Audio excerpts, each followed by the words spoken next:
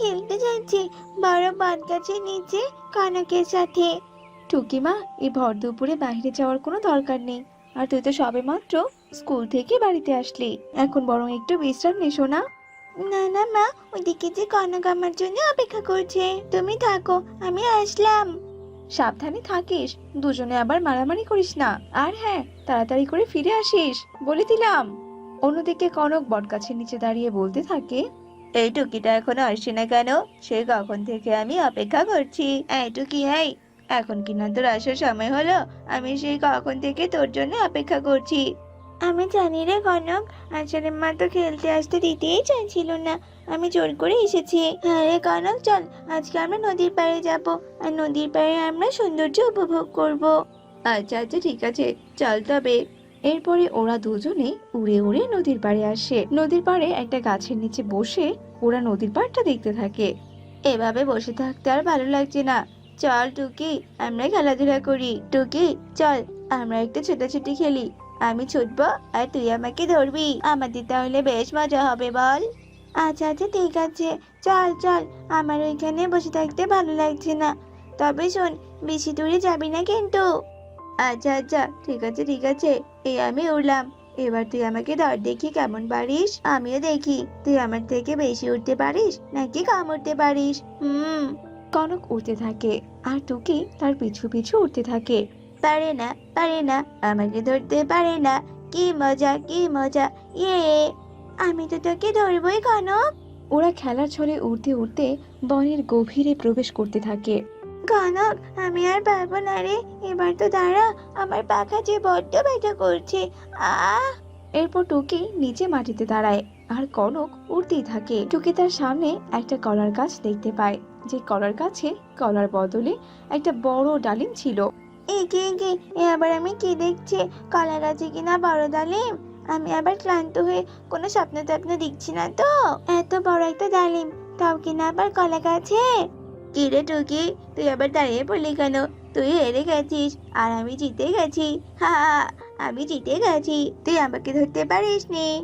কনক, এই কনক, এখানে এসে দেখে যা, কলা গাছে বড় ডালিম ধরে আছে। না না বাবা, আমি যাব না, তোর কাছে যাব না।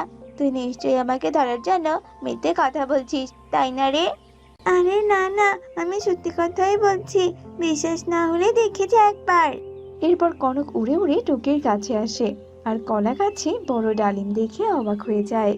সত্যি রে রুকি, এমন বড় ডালিম তো আমি বাবার জন্মে দেখিনি।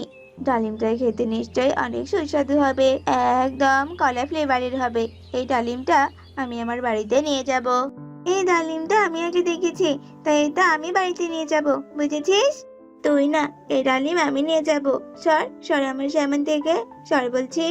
কনক, এই ডালিমে হাত দিলে কিন্তু খুব খারাপ হয়ে যাবে, এ আমি বলে দিচ্ছি।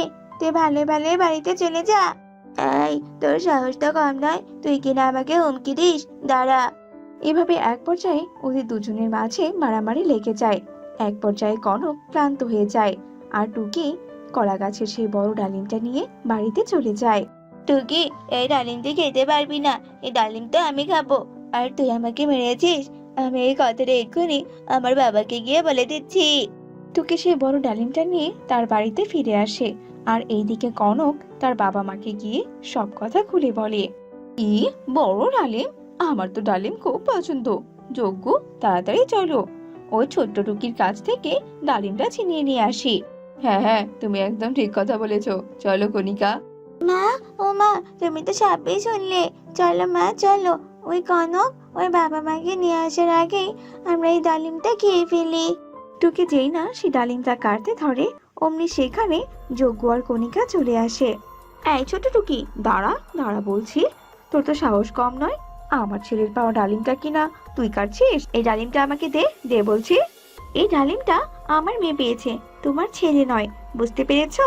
আর আমাদেরকে এমন হুমকি দিয়ে কোনো লাভ নেই, চলে যাও এখান থেকে, চলে যাও বলছি। এই ডালিম তো আমি কাউকেই দেব না। বাবা বাবা, জোর করে ডালিমটা ওদের কাছ থেকে কেড়ে নাও বাবা, নইলে ওরা ডালিমটা দেবে না। দেখো না, ডালিমটা দেখতে কত সুন্দর আর কত লোভনীয়।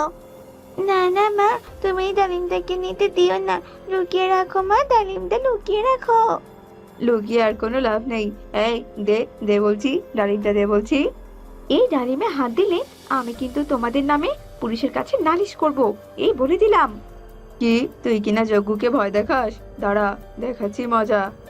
যজ্ঞ আর টুনির মাঝে অনেক লড়াই হয়।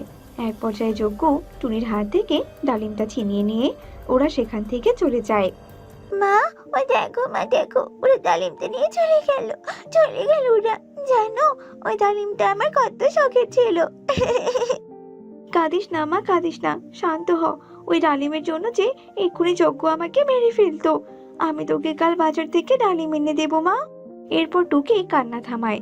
অন্যদিকে একটা ডাইনি কলা গাছের সামনে এসে বলতে থাকে, এ কি দেখছি, এটা তো কিছুতেই হতে পারে না।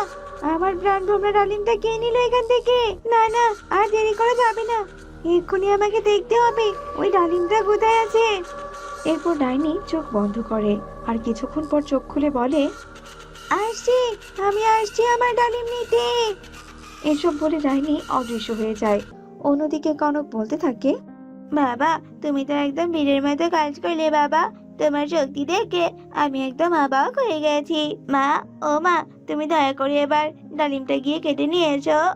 কণিকা যেই না সে ডালিমটা কাটতে ধরে অমনি সেখানে ডাইনি এসে হাজির হয়। খবরদার, তোরা কি ওই ডালিমে হাত দিবি না। ডালিমের কোনো কিছু হলে তোদের কাউকে আমি আসতে রাখবো না। ভালোই ভালো বলছি, ওই ডালিমটা ফেরত দে। পুরান ফকির ভাত পায় না, আবার এলো নতুন ফকির। অনেক কাঠ কয়লা পুড়িয়ে আমি এই ডালিম পেয়েছি। আমি এই ডালিম তো কিছুতেই হাতছাড়া করবো না। আর তুই কে রে? হ্যাঁ, ডালিম নাচে, এখান থেকে চলে যা, নয়তো আমার শক্তিশালী স্বামী টুনির মতো এবার তোকেও মারবে। আমি কোনো টুনিমুনি নই, আমি হলাম এই ডালিমের মালিক, মানে ডাইনি। কি কি কি কি কি কি বললে তুমি? তুমি কিনা ডাইনি? ও, ওরে বাবা রে, যজ্ঞ, কনক, বাঁচাও আমাকে, ডাইনি এসেছে। কি ব্যাপারটা কি কণিকা, তুমি এখনো সেই ডালিমটা কাটোনি কেন? আর কিসের আবার ডাইনি বলো তো? ডালিমের মালিক ডাইনি গো। ওরে বাবারে, এটা কিনা ডাইনি ডালিম! আমি তো আগে জানলে কিছুতেই খাল কেটে কুমিরকে নিয়ে আসতাম না। ডাইনি দিদি, আমাদেরকে ক্ষমা করে দাও, আমরা তোমার ডালি মানিনি, ওই টনি নিয়ে এসেছে। এই চুপ কর বলছি। তোরা আমার ডালিমকে ভালো মতো পরিপক্ক হতে দিসনি। আমি তোদের কাউকে ছাড়বো না, মেরে ফেলবো, সব কটাকে আমি মেরে ফেলবো। এরপর ডাইনি জাদু করে একটা লাঠি প্রকট করে। সে লাঠিটা ওদেরকে অনেক মারতে শুরু করে। মার খেয়ে ওরা সবাই আহত হয়ে যায়। ডাইনি তো তার ডালিম নিয়ে সেখান থেকে চলে যায়। অন্যদিকে টুনি তার মেয়ের জন্য বাজার থেকে ডালিম কিনে নিয়ে আসে। এতে করে ছোট্ট টুকি অনেক খুশি হয়ে যায়। শোনো বৌমা, আমার কিন্তু একটা ফুটফুটে নাতি চাই, যে কিনা আমার পুরো ঘর আলো করে রাখবে। সব থেকে বড় কথা, সে আমার বংশের প্রদীপ ধরে রাখবে। টুনি, তুমি যদি আমাকে একটা ছেলে সন্তান দিতে পারো, তাহলে আমি তোমাকে সোনার গহনায় মুড়িয়ে রাখবো। আর আমি যদি তোমাদের কোনো ছেলে সন্তান না দিতে পারি, তাহলে? তাহলে তোমার জন্যে খুব খারাপ কিছু অপেক্ষা করবে। টোনা আর মিনুর কথা শুনে টুনি অনেকটা ঘাবড়ে যায়, আর কোনো কথা না বলে মাথা নিচু করে রান্নাঘরে চলে যায় আর অঝরে চোখের জল ফেলতে থাকে। হে সৃষ্টিকর্তা, তুমি আমার কপালে ভালো কিছু রেখো, ভালো কিছু রেখো। আমার কপালে যদি ভালো কিছু না রাখো, তাহলে অন্তত আমার সন্তানের জন্য রেখো। টুনি এসব কথা ভেবে অনেক কষ্ট পায়। এরপর দেখতে দেখতে বেশ কিছুদিন কেটে যায়। টুনি ততদিনে তার ডিমটাও দিয়ে দেয়। সে ডিমে তা দিতে থাকে। বৌমা, ও বৌমা, তোমার ডিমে ভালো করে তা দাও। ডিম ফুটে ছানা বের হওয়ার আগ পর্যন্ত তোমাকে বাড়ির কোনো কাজ করতে হবে না। আমি তোমার প্রয়োজনীয় সব কিছু তোমার পায়ের কাছে এনে দেব। না মা, তার কোনো দরকার নেই। আপনি আমার গুরুজন, আর আপনি আমার কেন সব কাজ করে দেবেন বলুন? আমি যদি কিছু করতে পারি তাহলে তাই করব, আর নয়তো বসে আমার ডিমে তা দেব। না মা, তা হয় না। এবার তুমি চুপটি করে বসে তা দাও তো দেখি। আমি এক্ষুনি তোমার জন্য কিছু রান্না করে নিয়ে আসছি। মিনু টুনিকে রেখে রান্না করার জন্য চলে যায়। এত শক্তি আমার কপালে সইবে? টুনি মন খারাপ করে ডিমে পা দিতে থাকে। এরপর দেখতে দেখতে কেটে যায় আরো বেশ কিছুদিন। আর ততদিনেও টুনির ডিম ফুটে ছানা বের হওয়ার সময় চলে আসে। এক পর্যায়ে টুনির ডিম ফুটে ছানা বের হয়, কিন্তু ছানাটি ছেলে না হয়ে কালো কুটকুটে একটি কন্যা সন্তানের জন্ম হয়। তা দেখে তো মিনু আর টোনা রেগে আগুন হয়ে ওঠে। তোকে আমি এত করে বললাম তুই আমাকে একটা পুত্র সন্তান দিবি, আর তুই কিনা আমাকে কালো কন্যা সন্তান দিয়েছিস। এবার তো আমি তোকে আর তোর এই কালো কন্যা সন্তানকে কেটে টুকরো টুকরো করে কুকুরকে খাওয়াবো। কুকুরকে খাওয়ালেও কম হবে রে বাপ, এতে তো আমার মনের আগুনটাও নিভবে না। অলক্ষী মেয়ে কোথাকার। মায়ের এমন কথা শুনে টোনা রেগে আরো বেশি আগুন হয়ে যায় আর টুনিকে ধরে মারতে থাকে। মারতে মারতে এক পর্যায়ে টুনিকে আধমরা করে ফেলে। টুনি এত মার সহ্য করতে না পেরে অজ্ঞান হয়ে যায়। কি রে বাবা, এই অলক্ষীটা মনে হচ্ছে মরে গেছে। একে এখন আর মারিস না তো, আশেপাশে কেউ যদি বুঝতে পারে তাহলে আবার থানা পুলিশ হয়ে যাবে। আর যদি একবার থানা পুলিশ হয়ে যায় তাহলে তো আমাদের মা ছেলেকে ফাঁসির কাঠগড়ায় ঝুলতে হবে রে বাবা। তাহলে এখন কি করব বলো তো মা? তুই বরং একটা বস্তা আন, এই বস্তাতে হতচারীটাকে তুলে নে, তার সাথে এই কালো মেয়েটাকেও, যাতে করে আর কোনোদিন আমাদের বাড়িতে ফিরে না আসতে পারে। বনের জন্তু জানোয়াররা এসে এদেরকে খেয়ে নেবে, কুলক্ষী কোথাকার। এরপর টোনা মিনুর কথা মতো কালো কন্যার মা আর কালো কন্যাকে বস্তায় বন্দি করে নেয়। এরপর রাতের অন্ধকারে মা ছেলে মিলে বস্তাটা নিয়ে জঙ্গলে যায়। ঘন জঙ্গলে বস্তাটা ফেলে দেয়। এরপর তাড়াতাড়ি করে বাড়ি ফিরে আসে। এত রাতে এই বাচ্চার কান্নার শব্দ কোথা থেকে আসছে? আমি তো আশেপাশে কাউকেই দেখতে পাচ্ছি না। বানর এই দিক সেদিক খোঁজাখুঁজি করে, কিন্তু কোথাও খুঁজে পায় না। এদিকে টুকি কাঁদতে কাঁদতে বস্তার মধ্যে ঘুমিয়ে পড়ে। আর বানর, এত খুঁজলাম তবুও কাউকে দেখতে পেলাম না। তাহলে হয়তো আমি ঘুমের ঘরে ভুল শুনেছি। এখন যাই, আমি একটু গিয়ে আরামে ঘুমিয়ে নেই। বানর সব বাদ দিয়ে আবার নিজের গুহায় চলে যায় আর আরামে ঘুমিয়ে পড়ে। এদিকে দেখতে দেখতে রাত আরো গভীর হয়ে আসে। আর টুনির জ্ঞান না ফেরায় শরীরে গুরুতর আঘাত পাওয়ায় সে বস্তার ভিতরেই মারা যায় আর তার অতৃপ্ত আত্মা হয়ে ফিরে আসে। আমি কাউকে ছাড়বো না। আমার মেয়েকে যারা কষ্ট দিয়েছে তাদের আমি প্রতিশোধ নিয়েই ছাড়বো। মা, আমরা বাইরে আসতে পেরেছি মা, কিন্তু মা তোমার মুখে একটু দাগ কেন মা? তোমার মুখে একটু রক্ত কেন মা? ও মা, কি হয়েছে তোমার মা? মা গো, কি হয়েছে তোমার? ওসব তুই বুঝবি না রে মা, তুই যে অনেক ছোট। আগে বড় হয়ে নে, তারপর সব বুঝতে পারবি। তোর খুব খিদে পেয়েছে তাই না রে মা? হেতো মা, আমার না ভীষণ খিদে পেয়েছে। আচ্ছা ঠিক আছে রে মা, কিন্তু তোকে তো এভাবে রেখে কোথাও যাওয়া যাবে না। তোকে আমি কোথাও নিয়ে যেতে পারবো না। এসব বলে টুনির আত্মা কিছু কচু পাতা তুলে এনে একটি ঘর বানায় আর তাতে টুকিকে রেখে জঙ্গলে খাবার আনতে যায়। প্রথমে সে সখীর বাড়িতে যায়। আমাকে একটু খাবার দে না রে, আমার মেয়েটার যে ভীষণ খিদে পেয়েছে। দিবি একটু খাবার? ওরে বাবা রে, ভূত! এই বলে সুখী পায়রা অজ্ঞান হয়ে মাটিতে পড়ে যায়। যাক বাবা, আমি তো একে কিছুই করলাম না, তবুও ভয় কেন পেল? না, আমাকে আগে খাবার নিতে হবে, তারপর অন্যের কথা চিন্তা করতে হবে। এরপর টুনির আত্মা খাবার নিয়ে সোজা তার মেয়ের কাছে চলে যায়। সেখানে গিয়ে তার মেয়েকে খাবার খাওয়ায়। এভাবে দেখতে দেখতে কেটে যায় বেশ কিছুদিন। কালো কন্যার মা সবার বাড়ি থেকে খাবার এনে এনে তার মেয়েকে খাওয়াতে থাকে। এদিকে সবার মাঝে ভয় ঢুকে যায়। এই তোমরা কি জানো কোথা থেকে একটা ভূত এসে আমাদের বাড়ি থেকে খাবার নিয়ে যায়? না জানি কখন আবার আমাদের কোনো ক্ষতি করে বসে। আর আমি তো সেদিন অজ্ঞান হয়ে পড়ে গিয়েছিলাম। আমাদের ওই ভূত তাড়ানোর ব্যবস্থা করতে হবে, আর তার জন্য তান্ত্রিকের কাছে যেতে হবে। এরপর সবাই মিলে তান্ত্রিক বাবার কাছে যায় আর কালো কন্যার মায়ের ব্যাপারে সব কথা খুলে বলে। তোদের কোনো চিন্তা নেই, আমি এক্ষুনি ওই আত্মাকে আহ্বান জানাচ্ছি। এরপর তান্ত্রিক মন্ত্র পড়তে থাকে আর তান্ত্রিকের মন্ত্র শুনে সেখানে টুনির আত্মা প্রকট হয়। বল, তুই কেন সবার ঘর থেকে খাবার চুরি করে নিয়ে যাচ্ছিস? আর যদি না বলিস তাহলে এক্ষুনি আমি তোকে বন্দি করব। আমি আমার মেয়েকে বাঁচানোর জন্য চুরি করি, আমি তো আর কারো ক্ষতি করার জন্য আসি না। তুই তো আত্মা, তোর আবার সন্তান কিসের? এরপর টুনির আত্মা তান্ত্রিক বাবাকে সব কথা খুলে বলে। তোর সাথে এত ঘটনা ঘটে গিয়েছে, তুই তো বলে খাবার নিতে পারতি।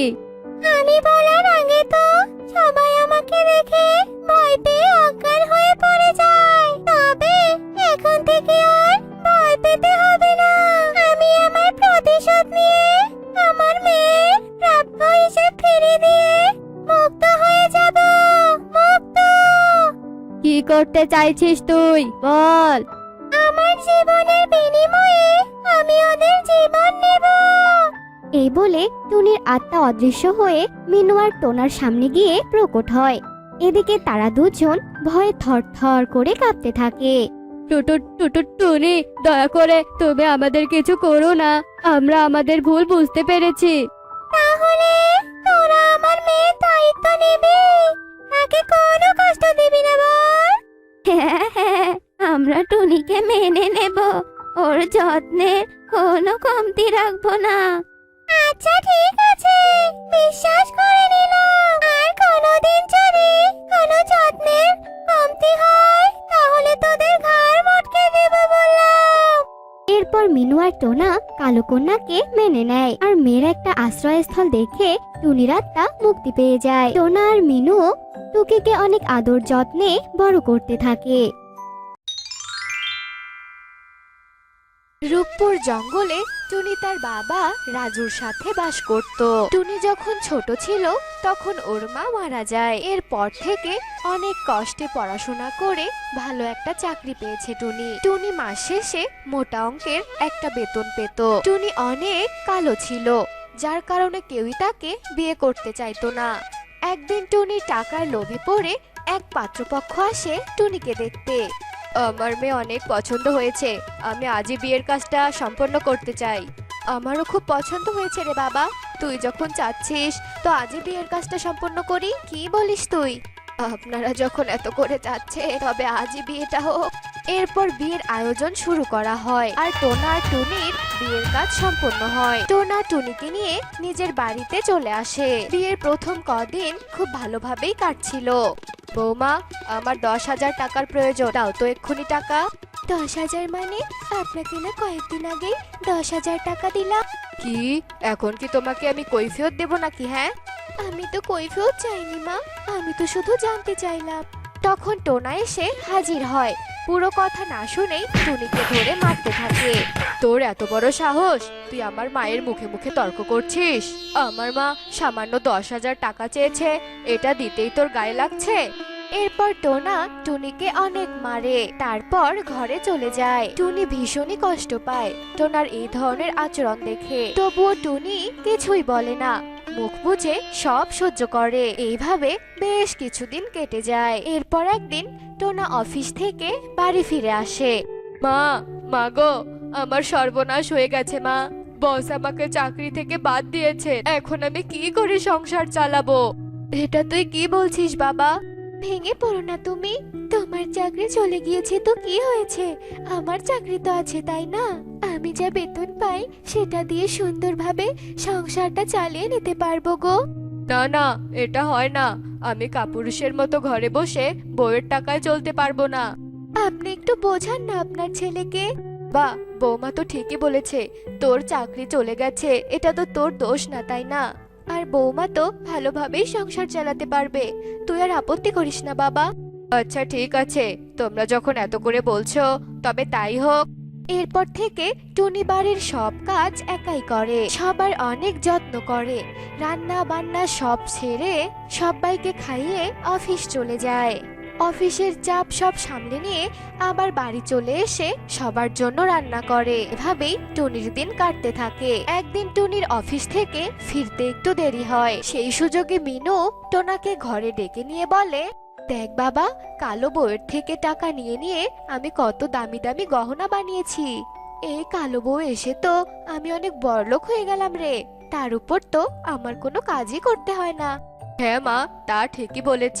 আমাকে দেখো না মা, আমি আমার বন্ধুদের সাথে পার্টি আড্ডা সব কিছুই কত সুন্দরভাবে করতে পারছি। তোমার কথায় কালো মেয়েকে বিয়ে করে অনেক ভালোই হয়েছে মা। তোমার মাথায় যে এই বুদ্ধিগুলো ছিল আমি বুঝতেই পারিনি। না হলে ওই কালো মেয়ের সাথে কে সংসার করে? ওর মতো মেয়েকে আমি আমার কাজের মেয়েও বানাবো না। সে কিনা হয়েছে আমার বউ। হ্যাঁ রে বাবা, এখন থেকে আরো বেশি টাকা নিয়ে আরো দামি দামি গহনা বানাবো আমি। এরপর যখন কালো বউ থাকবে না, তখন সেগুলো বিক্রি করলেও আমার অনেক টাকা হবে রে। ঠিক বলেছ মা, ওর কাছ থেকে সব টাকা পয়সা হাতিয়ে নিতে হবে, আর আমরা আরাম আয়েসে দিন কাটাতে পারবো। মিথ্যে মিথ্যে কেমন বললাম, আমার চাকরিটা চলে গেছে। আসলে আমি তো চাকরিই করতাম না, সেটা কে জানে বলো। এদিকে টোনা আর মিনুর সব কথাগুলো টনি দরজার আড়াল থেকে শুনে ফেলে। সব শুনে টনির ভীষণ রাগ হয়, আর টনি মনে মনে ভাবে, আমি এদের জন্য এত কষ্ট করেছি আর এরা আমাকে প্রয়োজনে ব্যবহার করেছে। এদের তো উচিত শিক্ষা দিতেই হবে। কালো বলে তো আমি দুর্বল নই। আমি কখনো ওদের আশা পূরণ হতে দেব না। এই বলে টুনি তার ঘরে গিয়ে ঘুমিয়ে পড়ে। এরপর সকালবেলা টুনি ঘুম থেকে উঠে মিনুকে বলে, মা, আমার জন্য সকালের নাস্তাটা বানিয়ে আনুন তো। এ কি বৌমা, তোমার কি মাথা খারাপ হয়ে গিয়েছে নাকি? হ্যাঁ, আমাকে তুমি রান্না করতে বলছো? না, আমি রান্না করতে পারবো না। আমার মাথা একদম ঠিক আছে মা। আমি সারাদিন অফিস করে অনেক ক্লান্ত হয়ে যাই। বাড়ির কাজ করতে অনেক কষ্ট হয়ে যায় আমার। তাই আমি ঠিক করেছি এখন থেকে বাড়ির রান্না বান্না সব আপনি সেরে রাখবেন। এমনিতেও তো কোনো কাজই করেন না আপনি। শোনো বৌমা, আমি কোনো রান্না বান্না করতে পারবো না।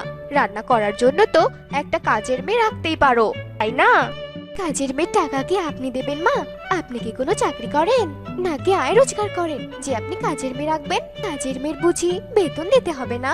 টুনির কথা শুনে মিনু আর কোনো কথাই বলে না। তখন টুনি বলে, আমি অফিস থেকে এসে যেন দেখি সব কাজ সেরে রাখা হয়েছে। এই বলে টুনি অফিসে চলে যায়। আর এভাবেই সারাটা দিন কেটে যায়। রাতে টুনি বাড়িতে ফিরে আসে। তখন টোনা টুনিকে বলে, টুনি, তোমার কি মাথা খারাপ হয়েছে নাকি? হ্যাঁ, তুমি আমার মাকে রান্না করতে বলেছ। আমার মাথা একদম ঠিক আছে। তোমার মাকে তো আমি রান্না করতে বলেছি, আর বাকি কাজগুলো সব তুমি করবে। থালা বাসন মাজবে, ঘর মুছবে, বাজার করবে, আর আমি এখন থেকে বসে বসে খাবো। চাকরি তো করো না, আদৌ চাকরি করতে কিনা তারও সন্দেহ আছে। তাই বাড়ির সব কাজ তুমি করবে। আমি বাড়ির কোনো কাজ করতে পারবো না। তাহলে কি শুধু কালো বউয়ের কষ্টের উপার্জনের টাকা খেতে পারবে? এত কথা আমি বলতে পারবো না। এবার বাবু যাও তো, আমার জন্য এক কাপ চা নিয়ে এসো তো। যাও বলছি, নইলে আমি তোমাদের আর একটা টাকাও দেব না, খাবারও দেব না। এ কথা শুনে টোনা বাধ্য হয়ে টুনির জন্য চা আনতে যায়। এভাবেই বেশ কয়েকদিন কেটে যায়। এক সন্ধ্যায় মিনু টোনাকে বলে, বাবা টোনা, আমাদেরই ভুল হয়েছে রে। আমাদের এই কালো বউয়ের উপর এত অত্যাচার করা ঠিক হয়নি। হ্যাঁ মা, আমাদের অনেক ভুল হয়েছে। এবার আমাদের টুনির কাছে ক্ষমা চাওয়া উচিত। হ্যাঁ রে বাবা, তুই ঠিকই বলেছিস। এতদিন আমরা মেয়েটার উপর অনেক অন্যায় করেছি। একবার কি ভেবেছি ওরও তো অনেক কষ্ট হয়, বাড়ি ঘরের কাজ সামলিয়ে আবার অফিসে যেতে হয়। আমরা তো শুধু টাকাটাই চিনলাম রে বাবা। এই 2 দিন কাজ করেই আমি বুঝেছি কত কষ্ট কাজ করতে। আমিও বুঝেছি মা, ওর অনেক কষ্ট হয়েছে। আমরা তো শুধু ওর রূপটাই দেখেছিলাম। ওর রূপের জন্য আমরা তো ওকে পছন্দ করিনি, কিন্তু মা, ওর মনটা অনেক ভালো মা। টোনা আর মিনুর কথাগুলো টুনি আড়াল থেকে শোনে আর তাদের সামনে চলে আসে। আমি এটাই চেয়েছিলাম মা, আপনারা যেন আপনাদের নিজেদের ভুল বুঝতে পারেন। তাই আপনাদের দিয়ে কাজ করিয়েছি। আমাকে আপনারা ক্ষমা করে দিন। না বৌমা, তুমি কেন ক্ষমা চাচ্ছ? ক্ষমা তো আমাদের চাওয়া উচিত। অন্যায় তো আমি করেছি, আমাকে ক্ষমা করে দাও মা। আমার অনেক ভুল হয়েছে, আমি আর কখনো এমনটা করব না। তোমাকে অনেক ভালোবাসবো। এখন থেকে তোমার সব কাজেই আমি সাহায্য করব। তুমি শুধু আমাকে মাফ করে দাও বৌমা। আমাকেও মাফ করে দাও টুনি, আমারও ভুল হয়ে গেছে। এখন থেকে আমি আবার নতুন চাকরি খুঁজবো, তোমার পাশাপাশি আমিও রোজগার করব। তবেই তো আমরা সবাই অনেক ভালো থাকবো, বলো? আমি তোমাদের অনেক আগেই ক্ষমা করে দিয়েছি, শুধু তোমাদের ভুল বোঝার অপেক্ষায় ছিলাম। এরপর থেকে তারা তিনজন মিলে অনেক সুখে শান্তিতে বাস করতে থাকে। পিরোজপুর নামে এক বড় বিশাল বন ছিল। সেই বনেরই নিশান কোণে বড় একটা আম গাছ ছিল। সেই বনের নিশান কোণ রাস্তা দিয়ে সচরাচর কোনো পাখি যাতায়াত করতো না, শুধুমাত্র প্রয়োজন পড়লেই ওই আম গাছের তলা দিয়ে যেত। এই আম গাছটি সবসময় ফাঁকা আর নির্জন থাকায় তাই সে আম গাছে একটি ডাইনি বসবাস করত। একদিন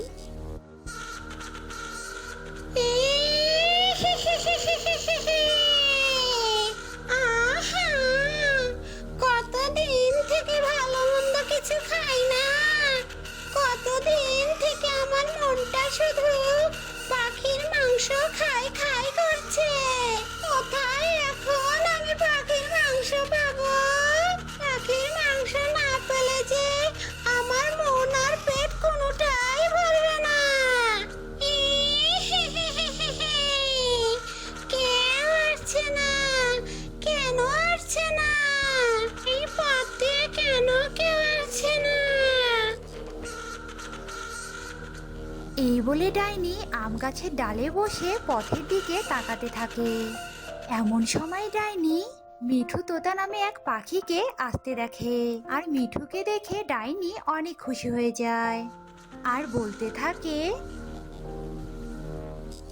পেয়েছি পেয়েছি, বলতে না বলতে আমার শিকার আমার দিকে হেঁটে হেঁটে আসছে। আয় আয়, তাড়াতাড়ি আয়, তোর ঘাটটা মোটকে তাড়াতাড়ি খাই আমি। দেখতে কেমন নাদুস নাদুস, গায়ের রংটা কেমন টকটকে সবুজ। ওই পাখির মাংস খেতে নিশ্চয় খুব মজা হবে।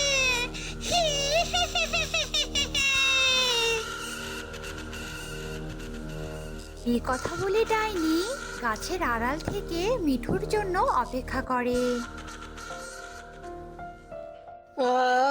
আজ ওই রথের মেলা থেকে ফিরতে আমার বড্ড দেরি হয়ে গেছে। এত তাড়াতাড়ি বাড়িতে যাওয়ার জন্য এই রাস্তা দিয়ে আসতে হলো। শুনেছি এই রাস্তা দিয়ে কেউ বেশি যাতায়াতে করে না। সত্যিই তো তাই দেখছি, কোথাও কারো কোনো সারা শব্দ নেই। ভয়ে তো আমার শরীরটা একেবারে ছমছম করছে। মিঠু যখন এসব বলছিল আর আম গাছের নিচ দিয়ে যাচ্ছিল, তখনই হঠাৎ করে আম গাছে থাকা ডাইনি মিঠু তোতার সামনে আসে। হঠাৎই ডাইনিকে দেখে মিঠু তোতা তো ভীষণ ভয় পেয়ে যায়। ওরে বাবা রে, এ তো দেখছি একটা ডাইনি। এখন আমি কোথায় পালাই? কেউ কি আশেপাশে আছো? বাঁচাও আমাকে, বাঁচাও, আমি যে ডাইনির খপ্পরে পড়েছি, বাঁচাও আমাকে।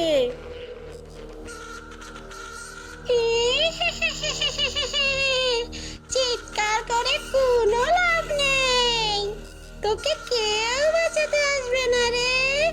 এখন আমি তোর মাংস খাবো, অনেক মজা করে তোর মাংস আমি চিবিয়ে চাবিয়ে খাবো। কথা বলে ডাইনি মিঠু তোতার উপর ঝাঁপিয়ে পড়ে আর মিঠু তোতাকে হত্যা করে। আর ডাইনি মিঠু তোতার মাংস খেতে থাকে।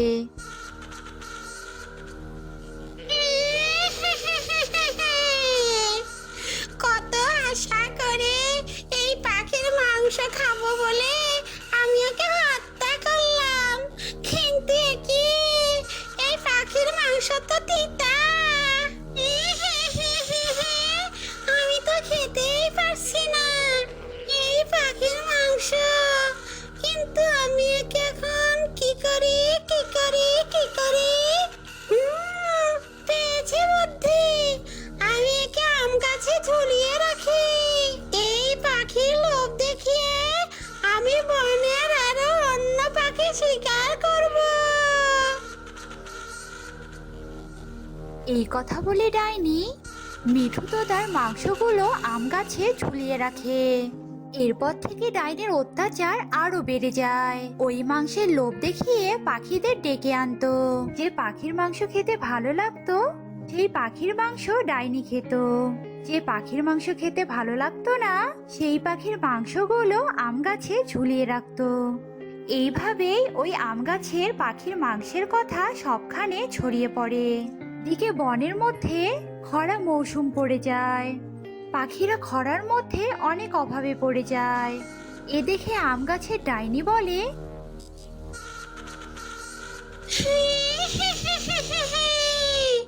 এই তো সুযোগ, সবাইকে লোভ দেখিয়ে আমার কাছে ডেকে আনা।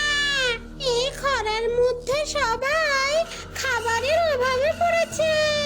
আমি যদি মাংসওয়ালা আম গাছের কথা বলি, বনের পাখিরা এখানে না এসে পারবেই না।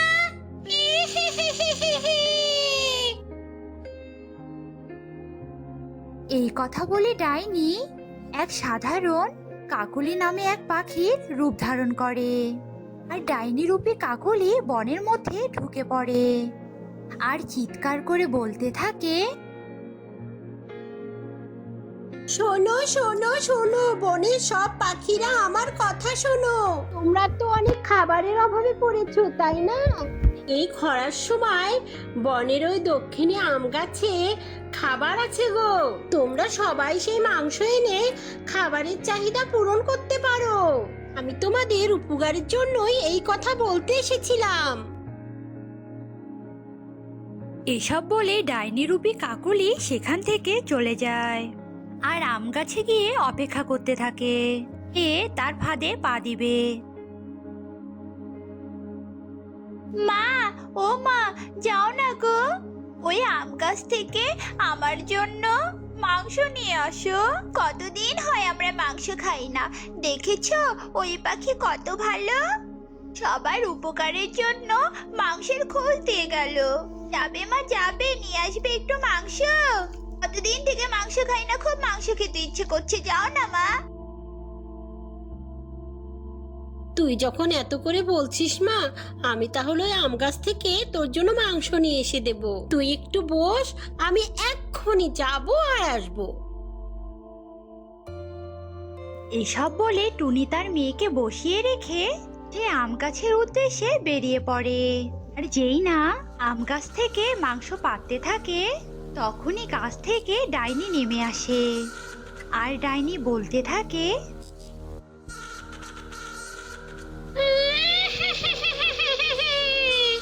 মাংস নিতে এসেছিস বুঝি? হাই, তোকে মাংস দিচ্ছি।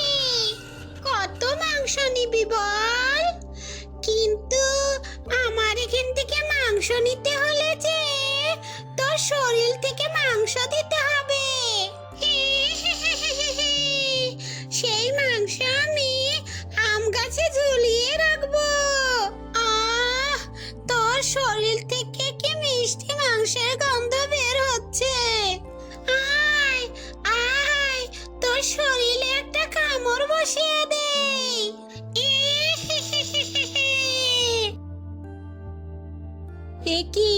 একি তাহলে মায়াবী পাখির মাংসের গাছ? ছেড়ে দাও, ছেড়ে দাও আমাকে, আমাকে মেরো না। বাড়িতে আমার মেয়ে আমার জন্য অপেক্ষা করে বসে আছে। আমাকে খেও না। কে কোথায় আছো? আমাকে বাঁচাও, আমাকে বাঁচাও। কিন্তু ডাইনি টুনির কোনো কথাই শোনে না। টুনির উপর সে ঝাঁপিয়ে পড়ে আর তাকে হত্যা করে। এরপর তার মাংস খেয়ে অর্ধেক মাংস আম গাছে ঝুলিয়ে রাখে। এদিকে ডাইনি সব কাণ্ড এক কবুতর খেয়ে ফেলে। আসলে সে কবুতরও আম গাছের মাংস নেওয়ার জন্য এসেছিল। ওরে বাবা রে, এটা তাহলে কোনো সাধারণ আম গাছের মাংস নয়, ডাইনির হত্যা করা পাখিদের মাংসের আম গাছ। আমি এক্ষুনি এখান থেকে পালিয়ে যাই, নইলে ডাইনি আমাকে দেখে ফেলবে আর আমাকে হত্যা করে আমার মাংস আম গাছে ঝুলিয়ে দিবে। আমি এখন পালিয়ে গিয়ে এক তান্ত্রিককে ডেকে আনি। এ কথা বলে কবুতর চুপি চুপি সেখান থেকে পালিয়ে যায় আর এক বড় তান্ত্রিকের কাছে যায়। তান্ত্রিক বাবা, বনের পাখিদের আপনি বাঁচান বাবা। এই বনে যে ডাইনির পাতা ফাঁদে পাখিরা পা দিয়েছে, কেউ বাঁচবে না, এই বনের কোনো পাখি বাঁচবে না। আপনি বনের সবাইকে রক্ষা করুন তান্ত্রিক বাবা। কে তুই? কি বলছিস এসব? হ্যাঁ, আর কোন ডাইনি পাখিদের ক্ষতি করতে চাইছে বল আমাকে। আমাকে খুলে বল সব। আমি থাকতে এই বনের পাখিদের কোনো সমস্যা হবে না। তান্ত্রিকের কথা শুনে কবুতর তান্ত্রিককে সব কথা খুলে বলে। সব শুনে তান্ত্রিক ভীষণ রেগে যায় আর কবুতরকে নিয়ে সে আম গাছের নিচে যায় আর তান্ত্রিক আম গাছের কাছে গিয়ে ডাইনিকে ডাকতে থাকে। কোথায় ডাইনি? বেরিয়ে আয় বলছি, এক্ষুনি আমার সামনে বেরিয়ে আয়। এই পাজি শয়তান ডাইনি, সাহস থাকলে এক্ষুনি আয়। ওই ডাইনি, তাড়াতাড়ি আয়। তান্ত্রিকের কথা শুনে ডাইনি তান্ত্রিকের সামনে আসে।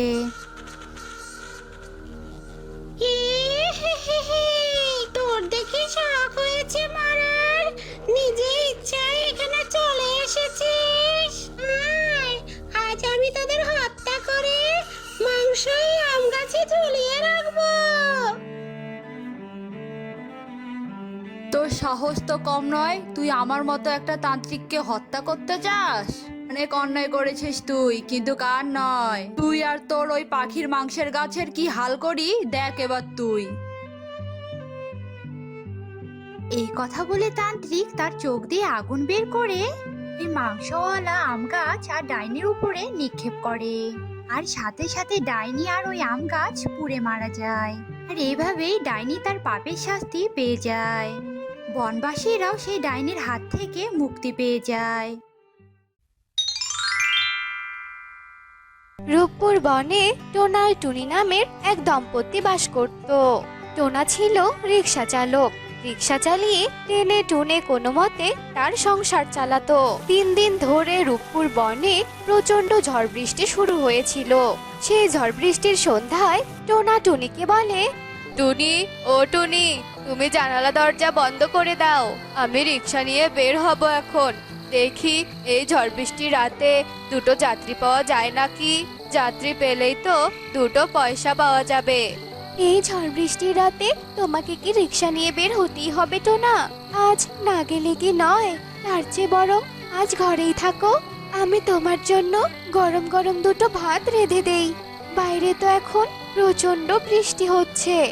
না টুনি, ঘরে বসে তো আমারও থাকতে ইচ্ছে করে, কিন্তু তুমি তো জানোই সবকিছু। প্রতিদিন আমাকে কত খাটনি করে চলতে হয়। যদি এভাবে ঘরে বসে থাকি তাহলে কি করে হবে বলো তো? যাই যাই, তুমি দরজা বন্ধ করে ঘরেই থাকো। এ কথা বলে টোনা তার রিক্সা নিয়ে বেরিয়ে পড়ে। এদিকে টুনি টোনাকে যত দূর পর্যন্ত দেখা যায় তত দূর পর্যন্ত তাকিয়ে থেকে ঘরে চলে যায়। এরপর টোনা রাতে রাস্তা ছেড়ে বড় রাস্তায় ওঠে। চারিদিকে এত জোরে বৃষ্টি আর বাতাস হচ্ছিল যে টোনা মনে মনে ভীষণ ভয় পাচ্ছিল। চারিদিকে এত জোরে বৃষ্টি আর বাতাস হচ্ছিল যে টোনা মনে মনে ভীষণ ভয় পাচ্ছিল। চারিদিকে মেঘের গর্জন শোনা যাচ্ছিল। আশেপাশে ঝিঝি পোকার আওয়াজ ভেসে আসছিল। চারপাশ নিস্তব্ধ ছিল। আশেপাশ থেকে কিসের যেন আওয়াজ আসছিল। একটা গাছের সাথে আরেকটা গাছ ধাক্কা খাচ্ছিল। শুনশান নীরবতা, এসব কিছু দেখে টোনা ভীষণ ভয় পাচ্ছিল। শুনশান রাস্তা, জনমানব শূন্য, চারদিকে কেউ ছিল না। এমন শুনশান অবস্থা দেখে টোনার শরীরে যেন অজানা এক শিহরণ দিচ্ছিল। রাস্তা তো একেবারে খালি, তবে কি টুনির কথায় আমার বাড়িতে বসে থাকা উচিত ছিল? কতদিন ধরে আমি এই রাস্তায় রাত বিরাতে রিক্সা চালিয়েছি, কোনোদিনও তো আমার মনে এতটুকু ভয় কাজ করেনি। কিন্তু আজ আমার এমন মনে হচ্ছে কেন যে আমাকে পেছন থেকে কোনো আত্মা চাপড়ে ধরেছে, কেউ আমাকে ডাকছে। কেন এমন মনে হচ্ছে? টোনা রিক্সা নিয়ে যত এগোতে থাকে তত শুনশান নীরবতা আরো বাড়তে থাকে। দূর দূরান্তেও কোনো পাখির বাসা টোনার চোখে স্পষ্ট হয় না। টোনা মাঝে মাঝে ওই বৃষ্টির আওয়াজের সাথে দূর থেকে ভয়ঙ্কর ভয়ঙ্কর আওয়াজ শুনতে পাচ্ছিল। আশেপাশে সে কোনো পাখিকেই দেখতে পাচ্ছিল না। টোনার মনের ভয় আরো দ্বিগুণ হয়ে যায়। টোনা ভয়ে ভয়ে যেতে থাকে। সামনে তো এই বনের শ্মশান ঘাট, আমার কি ওই শ্মশানের সামন দিয়ে যাওয়া উচিত? না, যাই, ভয় পেলে তো আর পেট চলবে না। শ্মশানের একটু দূরেই তো যজ্ঞ কাকুর চায়ের দোকান, দেখি সেই দোকানে গিয়ে কিছু যাত্রী পাই কিনা। নিশ্চয়ই কোনো যাত্রী পাবো। হয়তো কেউ বৃষ্টিতে আটকা পড়ে বাড়ি যেতে না পেরে সেই দোকানে ঠাঁই নিয়েছে। যাই যাই। এই কথা বলে টোনা শ্মশানের সামনে রাস্তা দিয়ে রিক্সা চালিয়ে যেতে থাকে। টোনা যত তাড়াতাড়ি রিক্সা চালাতে থাকে তার যেন মনে হয় যে তার পেছনে রিক্সায় কোনো আত্মা বসে আছে। টোনা চোখ বন্ধ করে আর গায়ের যত শক্তি আছে তা দিয়ে রিক্সা টানতে থাকে। অবশেষে টোনা যজ্ঞ কাকের দোকানের সামনে এসে পৌঁছায়। যজ্ঞ কাকের দোকানের সামনে এসে দেখে সেখানেও কেউ নেই। টিপ টিপ করে দুটো মোমবাতি জ্বলছে আর যজ্ঞ কাকু বাইরে দাঁড়িয়ে আছে। প্রচন্ড ঝড়ের মধ্যে মোমবাতির আলোতে যজ্ঞ কাককে দেখতেও ভূতের মতো লাগছিল। টোনা তো দেখে আরো ভয় পেয়ে যায়। তারপর টোনা তার রিক্সা নিয়ে যজ্ঞ কাকের দোকানে যায়। আর টোনাকে দেখে যজ্ঞ কাক বলে, কি গো টোনা ভাই, এই ঝড়ের রাতেও তুমি রিক্সা নিয়ে বের হয়েছো? এই ঝড়ের রাতে কোন যাত্রী তোমার রিক্সায় চড়ার জন্য দাঁড়িয়ে আছে শুনি? যাও যাও, বাড়ি ফিরে যাও। এই দুর্যোগের রাতে কি কেউ বের হয়? যজ্ঞ দাদা, আমার কি শখ হয়েছে বলো, এই ঝড়ের রাতে রিক্সা নিয়ে বের হওয়ার জন্য। পেটের দায়ে বের হয়েছি গো, পেটের দায়ে। এই যে এই রিক্সাটা দেখছো, এটা আমি ধার করা টাকা দিয়ে কিনেছি। টাকাটা তো শোধ করতে হবে। যাই এখন, এখানে তো কোনো যাত্রী পেলাম না। সামনে কিছু দূর গিয়ে একটু দেখি, যদি যাত্রী না পাই তবে বাড়ি ফিরে যাব। তাই করো টোনা ভাই, এই রাতে কোন দিক দিয়ে কি হয় তা তো আর বলা যায় না বলো। দেখছো না প্রকৃতি কেমন আজ ক্ষেপে আছে, মনে হচ্ছে কিছুক্ষণের মধ্যেই সব লন্ডভন্ড করে দেবে। যাও যাও, বাড়ি ফিরে যাও, আমিও দোকান বন্ধ করে চলে যাব। এই বৃষ্টি বুঝি এই রাতে আর থামবে না গো। এই কথা বলে যজ্ঞ কাক তার দোকান বন্ধ করতে থাকে। এদিকে টোনা আবারও তার রিক্সা নিয়ে নির্জন জঙ্গল দিয়ে চলতে থাকে। টোনা যত দ্রুত রিক্সা চালাতে থাকে তার যেন মনে হয় যে রিক্সা এক জায়গাতেই দাঁড়িয়ে আছে। রাস্তার চারপাশে দাঁড়িয়ে থাকা গাছগুলোকে টোনা বড় বড় দৈত্যর মতো মনে করে। টোনা বৃষ্টির ঝাপটায় সামনে কি আছে তা ভালোভাবে দেখতেও পাচ্ছিল না। হঠাৎ করে টোনা দেখে এক সুন্দর অপরূপা পাখি তার রিক্সার সামনে এসে দাঁড়িয়েছে। টোনা সঙ্গে সঙ্গে রিক্সা থামিয়ে বলে, কি গো দিদি, আপনি কি পাগল হয়ে গেছেন? এভাবে কি কেউ রিক্সার সামনে এসে দাঁড়ায়? যদি আমি বেখেয়ালে আপনার গায়ে রিক্সা লাগিয়ে দিতাম তবে দোষ তো আমারই হতো, তাই না? রিক্সায় ওঠার যদি এত দরকার হয়ে থাকে তবে রাস্তার পাশে দাঁড়িয়ে থাকবেন, এভাবে হঠাৎ করে রাস্তার মাঝে চলে আসবেন না।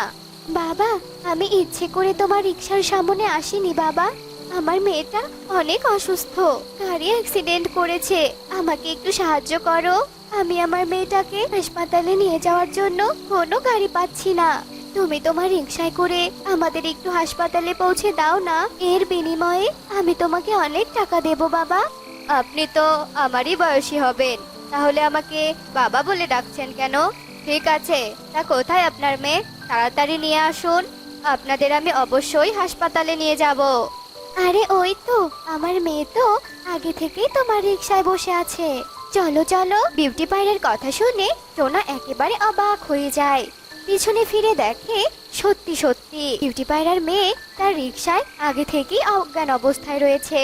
সেই দৃশ্য দেখে টোনা তো ভীষণ ভয় পেয়ে যায়।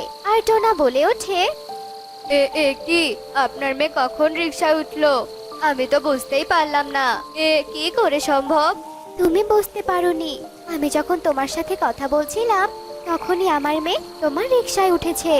তুমি আর সময় নষ্ট করো না, দেরি করলে যে আমার মেয়েকে বাঁচানো যাবে না। তাড়াতাড়ি হাসপাতালে নিয়ে চলো।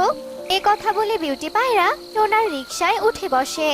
টোনার মনে অনেক প্রশ্ন ঘুরপাক খেতে খেতে অবশেষে তাদেরকে নিয়ে হাসপাতালে পৌঁছায়। হাসপাতালে গিয়ে বিউটি পায়রা রিক্সা থেকে নেমে বলে, বাবা তুমি ওকে হাসপাতালের ভিতরে ভর্তি করে দিয়ে এসো, আমি হাসপাতালে যেতে পারবো না। এই নাও, এই থলেতে অনেক টাকা আছে, তোমার গাড়ি ভাড়া বাদে চিকিৎসার খরচ। আর এই একটা কাজ করে দাও না বাবা। না না, এসব আপনি কি বলছেন? আপনার মেয়ে হয়, আপনিই ভর্তি করাবেন। আমি কোনো ঝামেলার মধ্যে পড়তে চাই না বাবা। না না বাবা, কোনো ঝামেলা হবে না। আসলে আমার মেয়ের সাথে বহুদিন থেকে কথা হয় না। মেয়েটা আমার উপর ভীষণ রেগে আছে। সুস্থ হওয়ার পর যদি আমাকে দেখে তাহলে আরো বেশি রেগে যাবে। আর রেগে যাওয়ার কারণে যদি অসুস্থ হয়ে পড়ে, সেই ভয়ে আমি ওর সাথে থাকতে পারবো না বাবা। বিউটি পায়রার কথা শুনে টোনার মনে ভীষণ মায়া হয়। বিউটি পায়রার কথা মতো রিক্সা থেকে তার মেয়েকে নিয়ে হাসপাতালে ভর্তি করিয়ে দেয়। এরপর বেশ কিছুক্ষণ কেটে যায়। এরপর বিউটি পায়রার মেয়ের জ্ঞান ফিরে আসে, আর সে নিজেকে হাসপাতালে দেখে বলে, কি হয়েছে আমার? আমি এখানে কেন? আর আমি এই হাসপাতালের বিছানায় কি করে এলাম? তুমি অ্যাক্সিডেন্ট করেছিলে। তোমার মা আমার গাড়িতে করে তোমাকে হাসপাতালে নিয়ে এসেছে, আর আমাকে বলেছে যে তুমি নাকি তার উপর রেগে আছো, তাই তোমাকে হাসপাতালে ভর্তি করার দায়িত্ব তোমার মা আমাকে দিয়েছে। টোনার এমন কথা শুনে পারুল ভীষণ অবাক হয়ে যায়। আর পারুল বলে, কি? আমার মা কিভাবে আসবে? আমার মা তো অনেকদিন আগেই মারা গেছে। আমি আমার মায়ের একমাত্র সন্তান ছিলাম। আমার বিয়ে হয়ে যাওয়ার পর আমি আমার মায়ের খেয়াল রাখতে পারিনি, তাই আমি আমার মাকে বৃদ্ধাশ্রমে পাঠিয়ে দিয়েছিলাম। আর আমি সংসার জীবনে এতটাই ব্যস্ত ছিলাম যে আমার মা বৃদ্ধাশ্রমে কেমন আছে কোনোদিনও খোঁজ নেইনি। তারপর বৃদ্ধাশ্রম কর্তৃপক্ষের কাছে জানতে পারি যে আমার মা মারা গেছে। আর মা মারা যাওয়ার সময় আমাকে অনেক দেখতে চেয়েছিল। আর আমি এতটাই হতভাগ্য যে আমি সংসার নিয়ে এতটাই ব্যস্ত ছিলাম যে মায়ের মৃত্যুর সময় আমি যেতে পারিনি। এসব কথা বলে যখন পারুল কাঁদছিল, তখন টোনা মনে মনে ভাবে, তার মানে ওই মহিলাটা এই মেয়ে মৃত মা ছিল? হে উপরওয়ালা, তোমার কি লীলা খেলা! মা মৃত্যুর পরেও তার সন্তানকে কিভাবে আগলে রেখেছে। একেই হয়তোবা বলে মায়ের ভালোবাসা, যা মৃত্যুর পরও শেষ হয় না। এরপর টোনা সেই রাতেই পারুলকে তার রিকশায় করে পৌঁছে দেয় আর নিজে বাড়ি চলে যায়। টোনা এই রাতের সব কাহিনী তার বউকে বলে, আর তারপর থেকে টোনা এক রাতের কাহিনী কখনো ভুলে যেত না। তার এই কাহিনী সব সময় মনে ছিল। তো বন্ধুরা, তোমাদের কি এরকম কোনো রাতের কাহিনী আছে? যদি থেকে থাকে তবে তা কমেন্টে জানাতে ভুলো না কিন্তু।